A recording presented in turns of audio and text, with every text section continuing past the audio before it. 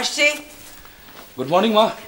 কি কাণ্ড, কোথাও কিচ্ছু নেই, নিখিল এমন একটা অ্যাক্সিডেন্ট করে বসলো। হ্যাঁ গুড মর্নিং। হ্যাঁ শুনেছি, গুড মর্নিং। হ্যাঁ সত্যি, তবে ভাগ্যিস চোটটা অল্পের উপর দিয়ে গেছে। এবারে চোটটা না হয় ডাক্তারের চিকিৎসায় সেরে যাবে, আমাদের কন্ট্রোলে আছে। কিন্তু ভবিষ্যতে কত বড় চোট পেতে পারে তোমার ছেলে, তার কথা ভেবেছো একবারও? আছে আছে, তারও চিকিৎসা আছে। ইনফ্যাক্ট ওই ট্রিটমেন্টটা শুরু হয়ে গেছে অলরেডি। হা হা হা, বুঝতে পারলে না? নিখিলের ঘরে আমি কাকে দেখলাম জানো? নীরা। নীরা এসেছে। নীলিমা, নিখিলের পাশে নীরাকে বসে থাকতে দেখে আমার মনটা একেবারে ভরে গেছে।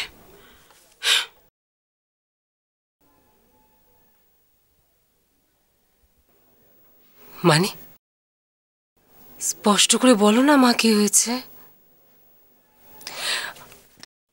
মা তুমি কিন্তু বড্ড হেঁয়ালি করছো।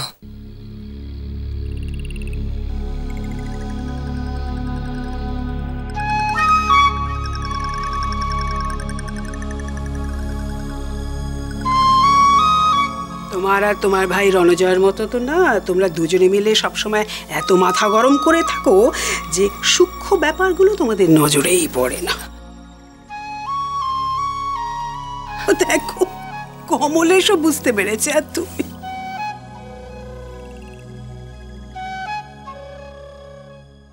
নীরা নিখিলের কাছাকাছি থাকলে সেখানে মৌরির জন্য একটা নো এন্ট্রি সাইন থাকতে বাধ্য।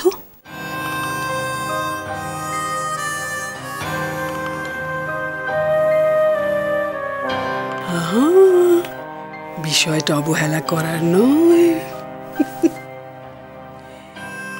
নীরাই হচ্ছে নিখিলের জীবন থেকে মৌরিকে সরিয়ে দেবার একমাত্র সহজ উপায়।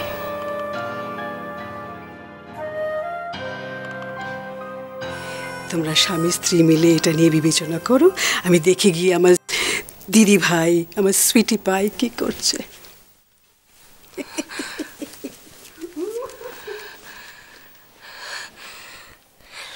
সত্যি কমলেশ,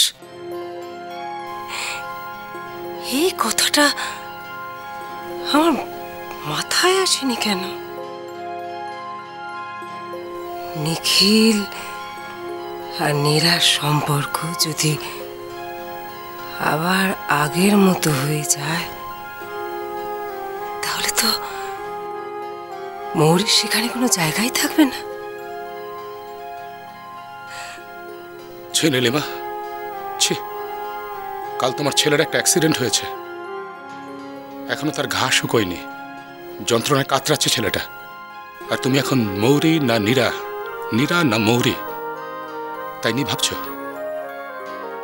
ছি।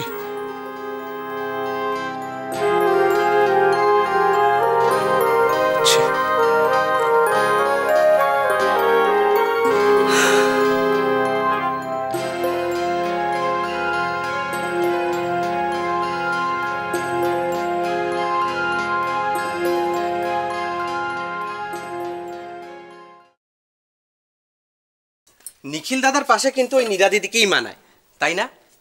তা না, হঠাৎ করে কি যে একটা করে বসলো নিখিল দাদা। কি আবার করেছে? নিখিলের পাশে সবসময় নীরাই আছে, আগেও ছিল, এখনো আছে, আর ভবিষ্যতেও থাকবে।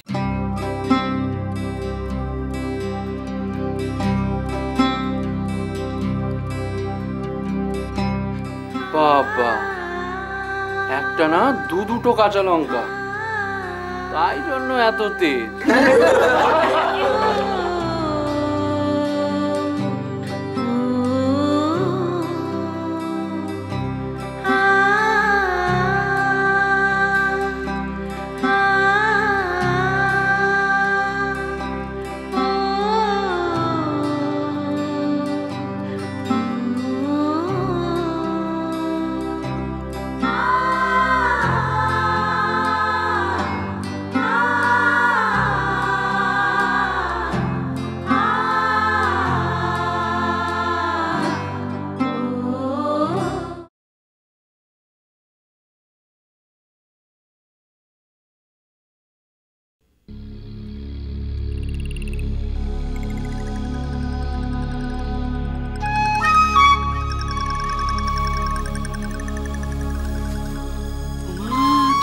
কিছুই খাওনি?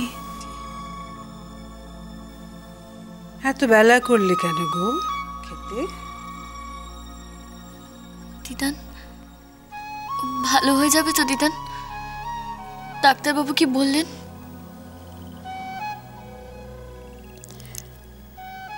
একবারও ভেবে দেখেছো নিখিলের অ্যাক্সিডেন্টটা কেন হলো? জানো, জীবনে নানা রকম অশান্তি টানাপোড়েন থাকলে এরকম পদে পদে বিপদ ঘটে। তুমি তো বুদ্ধিমতী মেয়ে,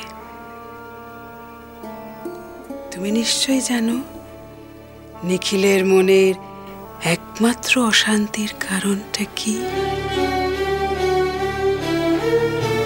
বা কে?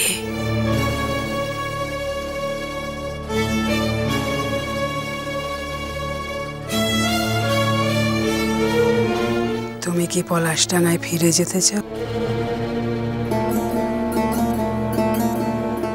এখনো সময় আছে।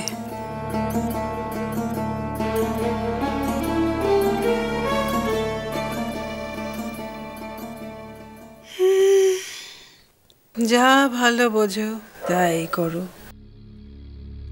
তোমার ইচ্ছে। তোমার যদি এখানে থেকে পদে পদে অপমানিত হতে ভালো লাগে, তোমার ইচ্ছে। তবে একটা কথা মনে রেখো, তুমি যদি এই বাড়ির একটা কোনায়ও সারা জীবন পড়ে থাকো, তাহলেও নিখিলের মনে তোমার জন্য কিন্তু কোনোদিন কোনো জায়গা হবে না। একটা মানুষকে বোঝা যায় তার আত্মসম্মান বোধ দিয়ে।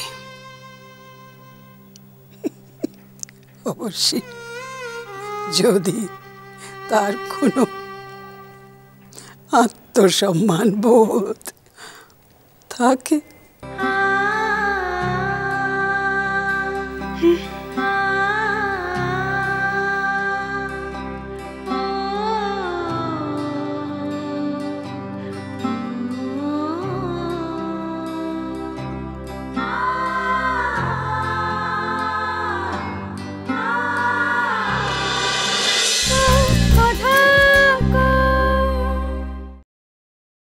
স্টার জলসার প্রিয় শো দেখার জন্য সাবস্ক্রাইব করুন আমাদের ইউটিউব চ্যানেলে এবং আপডেটেড থাকার জন্য প্রেস করুন বেল আইকন। চলো চলো চলো চলো পাল্টাই।